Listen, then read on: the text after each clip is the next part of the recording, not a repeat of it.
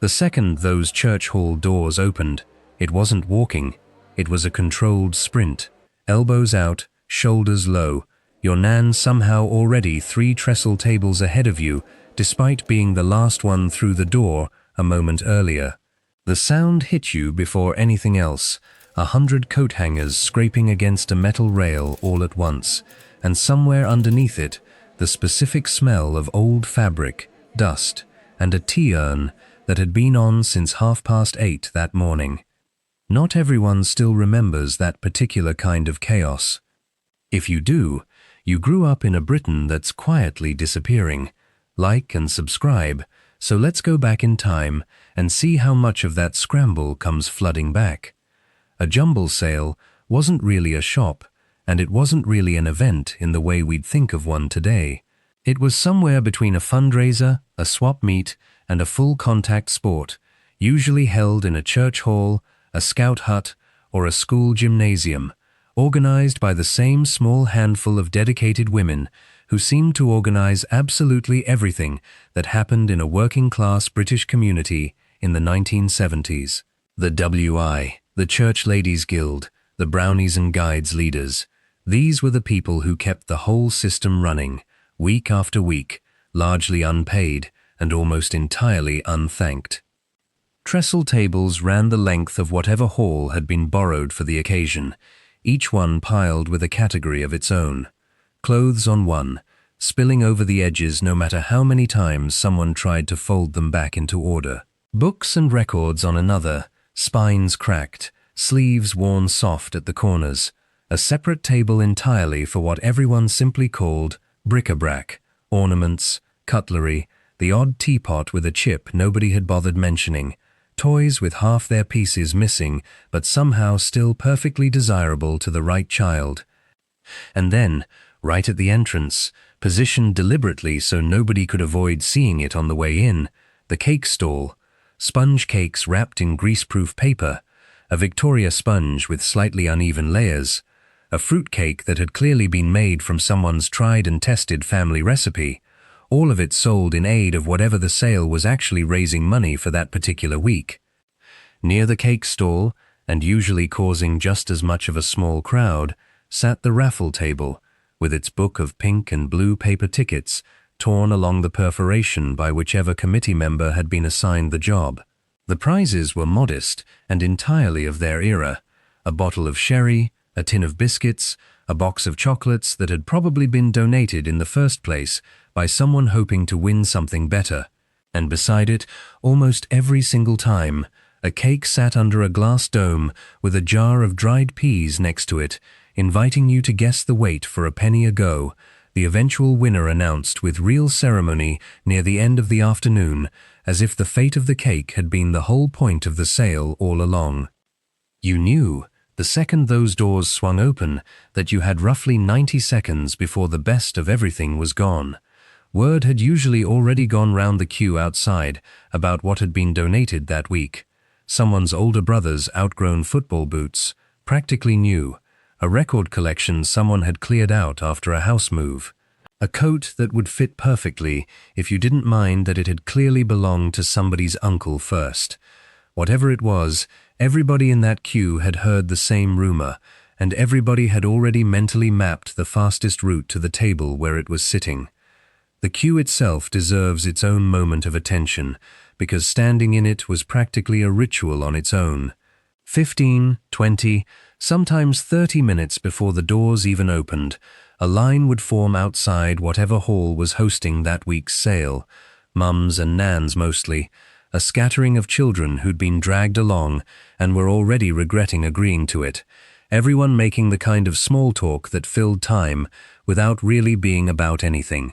Somewhere near the front, someone always knew someone on the organizing committee, and there was a particular quiet status in being that person, in having a slightly better idea than everyone else about what was actually inside. Every street seemed to have its own version of a rival family at these sales, the ones who always somehow got there first, who always seemed to walk away with the one thing you'd had your eye on. You knew them by sight before you knew them by name, recognized the mother's determined stride the moment the doors opened, and there was a real, if entirely good-natured, sense of competition every single week about who would come out on top. Losing a particular find to them stung for exactly as long as it took to spot something better 2 tables along, which, more often than not, was only a matter of seconds. Once the doors opened, all pretense of queue etiquette dissolved almost instantly. This wasn't seen as rude. It was simply understood by everyone present as the entire point of the exercise. You'd see grown women who were perfectly polite in every other context of their lives, suddenly moving with the focused determination of professional athletes, one arm sweeping through a pile of jumpers while the other held a bag open, ready to catch whatever got pulled free. Children learned quickly that the clothes table required a very specific technique. You didn't browse it the way you might browse a shop rail. There wasn't time. You held things up against yourself for half a second, and you made a decision faster than felt entirely reasonable, because the person standing next to you was doing exactly the same thing with exactly the same pile, and hesitation meant losing whatever you'd been eyeing to somebody else's faster hands. There was, of course, no such thing as a fitting room, which meant trying anything on became its own small performance conducted right there in the middle of the crowd. A coat went on straight over whatever you were already wearing, arms shoved through 2 tight sleeves while someone, your mum, your nan, whoever you'd come with, held your bag and whatever else you'd already claimed, glancing at you with the practiced, instant judgment of someone who'd made this exact call 100 times before. "Too big," she'd say, already reaching for the next one before you'd even got the first one properly off. Or, just as often, "That'll do," delivered with total finality, the decision made in under 3 seconds flat. Nobody minded the lack of privacy. Half the hall was doing exactly the same thing at the same time. A room full of people wriggling in and out of other people's old coats, entirely unself-conscious about it, because that was simply how you found out whether something fit. For a working-class family in that decade, this wasn't just entertainment or a bit of fun on a Saturday morning, although it was certainly that too. It was a genuinely important part of how households managed clothing children who seemed to grow out of everything within months of buying it. A coat bought new might last 1 winter before a growth spurt made it useless. The same coat, found at a Jumble sale for a few pence, represented real, meaningful savings in a household budget that was watched closely every single week. Buying second-hand wasn't seen as anything to be embarrassed about in this context. Practically everyone was doing exactly the same thing, which meant nobody was really doing anything unusual at all. The clothes themselves carried a particular history that you could sometimes still trace if you looked closely enough. A jumper with someone else's name sewn carefully into the collar, a common practice in an era of shared school uniforms and communal cloakrooms. A coat with a slightly different smell to your own house, evidence of whichever other family's washing powder or fireplace had lived alongside it before it made its way to that trestle table. You didn't think much of it at the time. It was simply how clothes worked. They had a life before they reached you, and they'd likely have another one after you'd outgrown them and passed them on again, either back to another Jumble sale or down to a younger cousin. Toys held their own particular magic on that bric-a-brac table, and finding something genuinely good there carried a thrill that buying the same thing new somehow never quite matched.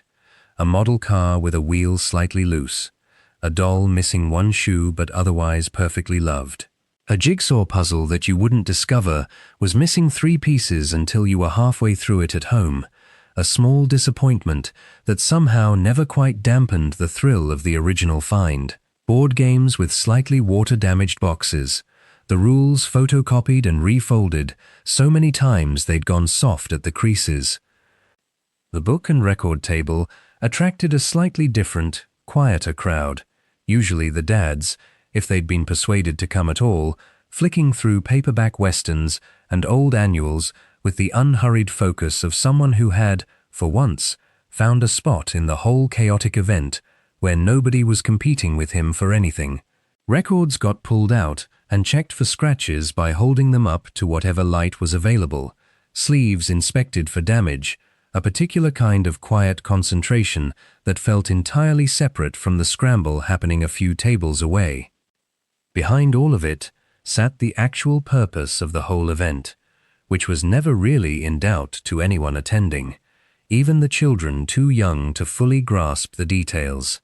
The money raised went somewhere specific: new kit for the scout troop, a repair to the church roof, funds for the school's summer trip, whatever the particular cause happened to be that month. Nobody attending was under any illusion that they were simply shopping. They were taking part in something that quietly held the community together, contributing a few pence here and there towards something bigger than themselves, even while they were elbow deep in someone else's old cardigans trying to find a bargain. The women running these events deserve real credit that they rarely got at the time. Sorting through donated bags of clothes and bric-a-brac in the days before the sale, pricing everything by eye with a confidence built from years of doing exactly this, setting up trestle tables and running the whole operation with a level of organization that would put plenty of modern retail operations to shame. They did this unpaid, repeatedly, month after month, because it needed doing and because they were, quite simply, the sort of people who did the needed thing without waiting to be asked. There was an unspoken etiquette to the whole event that everyone somehow understood without ever being taught it directly. You didn't openly criticize someone else's find, even if you privately thought the coat they'd grabbed was hideous. You didn't linger too long deciding, because someone was always waiting behind you. And you never ever left without buying something from the cake stall on your way out, even if it was just a small slice wrapped hastily in greaseproof paper, because that felt like the proper way to close out the whole transaction, a small final contribution before you carried your haul home. Getting your finds home was its own small adventure, a pillowcase repurposed as a makeshift bag, straining slightly at the seams with someone's old coat, a jigsaw, a stack of records, and whatever else had been successfully claimed in the scramble. You'd walk home comparing notes with whoever you'd come with, a genuine sense of triumph attached to whatever you'd managed to secure, the same feeling you might have gotten from any successful hunt, even though the prize was, when you really looked at it, someone else's old belongings. By the time you got everything home, there was usually a second sorting process that happened at the kitchen table. Clothes tried on properly this time, in better light, decisions made about what actually fit and what would need altering, what could be worn as it was and what needed a hem taken up or a button replaced. Your mum's sewing basket, already well used from 100 other small repairs throughout the year, got put to work again, turning someone else's cast-off into something that properly belonged to you. None of this thrift was seen as anything other than ordinary good sense at the time, and it's worth resisting the urge to look back on it with any kind of pity. Making do, mending, passing things along, this was simply how a working-class household operated, a set of skills and habits every bit as valuable as anything taught in a classroom, quietly handed down from mother to daughter without ever being given a formal name. Long before anyone was using words like sustainability or recycling in the way we do now, a jumble sale was already doing exactly that, week after week, in a church hall, entirely by instinct rather than by any deliberate environmental principle. Whatever hadn't sold by the final half hour usually went for next to nothing, sometimes handed out free just to clear the tables, and whatever was left after that got bagged up again, either kept back for the next sale or passed on to a rag-and-bone collection that would turn even the genuinely unwanted scraps into something useful. Nothing, really, was ever allowed to go entirely to waste. This entire ecosystem began to change through the 80s and beyond, and it changed for reasons that had very little to do with anyone losing interest in a bargain. Charity shops, with fixed opening hours and permanent premises, started to offer a version of the same thing without requiring anyone to queue outside a church hall on a Saturday morning. Car boot sales offered another alternative, less charitable in purpose, but similarly built around the thrill of the find. And as the decades wore on, rising general prosperity meant fewer families needed to stretch every penny in quite the same way that had made jumble sales such a genuine necessity rather than simply a fun way to spend a morning. None of this happened overnight, and in plenty of communities, particularly smaller villages and close-knit church congregations, the traditional jumble sale held on far longer than it did in busier towns and cities, kept alive by exactly the same dedicated volunteers who had always run them, simply because the community itself still valued what the event represented beyond the bargains on the tables. What's genuinely worth remembering about all of it isn't really the coats or the toys or even the cake stall, as fondly as all of that is remembered. It's the fact that an entire community, week after week, organized itself around the simple principle that nothing needed to go to waste while somebody else might still find use for it. That a coat outgrown by one child could clothe another. That a toy no longer wanted could bring genuine joy to somebody else's Saturday, and that all of this could happen while quietly raising money for something that mattered to everyone involved. It was recycling, and charity, and community, and bargain hunting all happening at once, in a church hall, on a Saturday morning, and nobody involved ever thought to call it anything more complicated than a jumble sale. So tell us, what's the best thing you ever found at a jumble sale? Did you have a technique for getting to the good stuff first, or were you always left picking through what everyone else hadn't wanted? Tell us in the comments. We want to hear exactly how it worked on your street.